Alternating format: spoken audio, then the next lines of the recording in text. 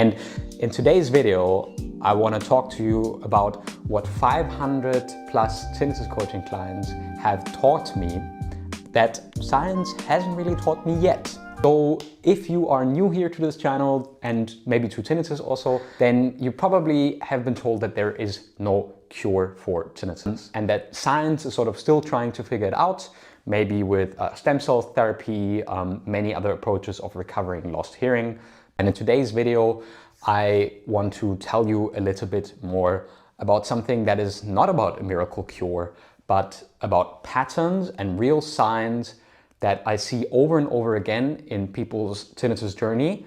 And I want to give you a little bit of an idea what a typical tinnitus journey looks like. I can tell you I've seen people with very mild tinnitus have very severe reactions, and I've seen people with very severe tinnitus have very mild reactions to their tinnitus. And I wanted to share some of the biggest lessons that I have learned where I think science hasn't really caught up with that yet. We understand the connection between the amygdala, the limbic system in the brain, and the loss of input and the production of tinnitus. But what science often miss is that how people actually suffer, right? What we don't get into is that the suffering is not really only about the auditory perception of tinnitus.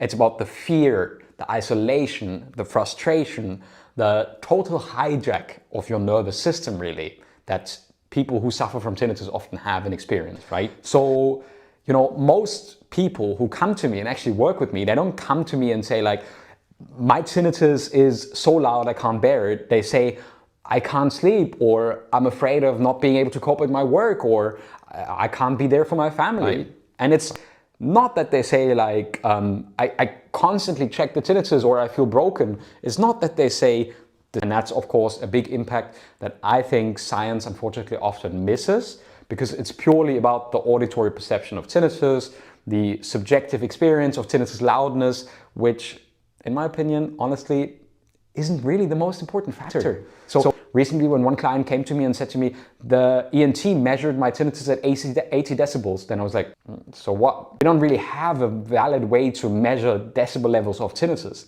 because they are subjective and dependent on your day, dependent on your anxiety, dependent on your personal subjective experience.